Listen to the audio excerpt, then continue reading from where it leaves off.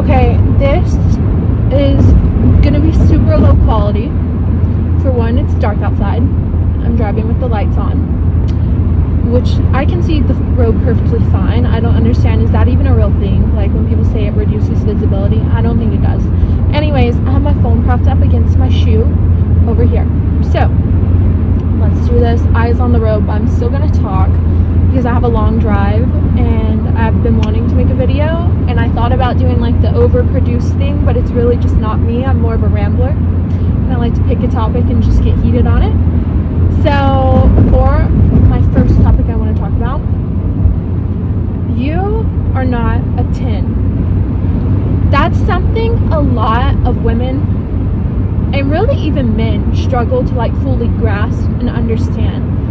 I think most people hear it and instantly think it's an insult because like it does inherently imply you're not perfect, and everyone kind of wants to believe, you know, we have like our own bias of ourselves that we are as close to perfect as perfect gets. Or you can be the opposite where you're like super insecure, but if you're normal you probably think you're pretty perfect to some degree, which I think is healthy. But like I think this is fueling a lot of the dating problems and even birth rates. Like nobody wants to get married and settle down anymore because everyone thinks they're 10 and that their dreamboat's gonna come along any day now. Like that's the whole thing behind dating apps, is they give you a very good looking person like first to draw you in, who's not matched with your, like, you know, they base it on your attractiveness and who swipes on you and whatever.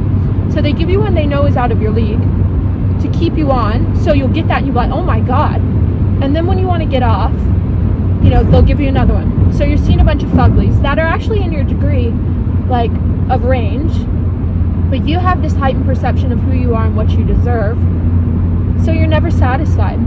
But you're not a 10. And the men online will be like, women only want these base chads with all this money and super tall. Like, yeah, and men only want the big-tittied, like, sweet 20-year-old blonde girl who's never traveled outside of their hometown. That's just not reality though. Like everyone's living this pipe dream.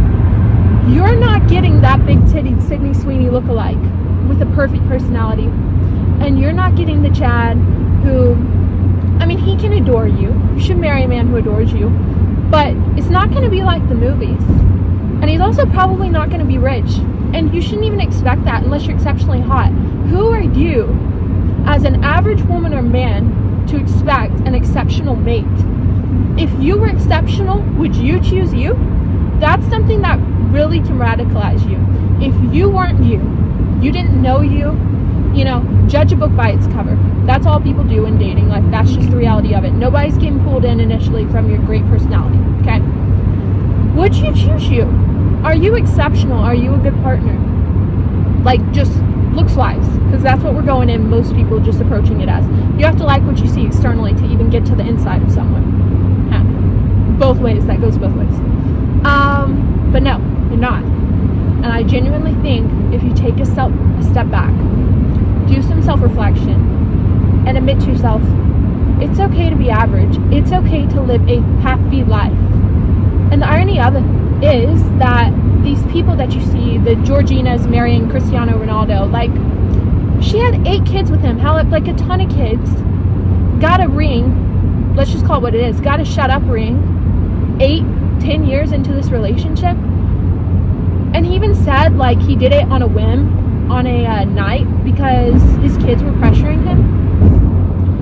Even if you get that dream, like, life kicks in. Life isn't all blueberries and paper airplanes and rainbows, and like, that's just not reality. But what can be your reality is accepting that you are flawed, you're not perfect, you're probably a 6, maybe a 6. Actually, we tend to think like 6 is on the lower end of average, but that's actually the higher end. Most of you are 5s and below, like, if we're being so real. Actually, most people are 5 because that's average, but a lot of you are 4s. More of you are 4s than 6s. So I would encourage everyone, take a radical approach to like accountability and your limits, and accept that you're not exceptional, and be happy. Get married, be happy, live an average life, But get the fuck off the internet and stop comparing yourself to or your relationship to these exceptional, like, fake things you see online, like the Ace family. I don't know if you guys remember that big YouTube couple, like super dreamy, had the dream, rich, had all the kids. He was cheating on her like a dog, and apparently she knew about it for a while and stayed with him, which, I mean, I get it when you have kids, but they were still posting videos with that same illusion. Like, so much of life is just illusion. So much of that thinking you're a 10 and you're gonna get that great life, you get it and it's not even great. Learn to be content with the fact that you're not exceptional. Learn to be content with the fact that there is beauty and happiness in being average.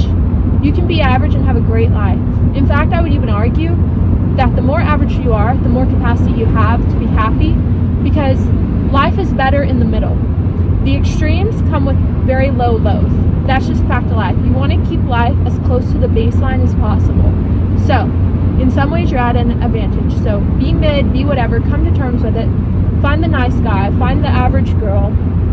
Base it on personality, like our grandparents did. And marry someone who loves you, and let that be enough.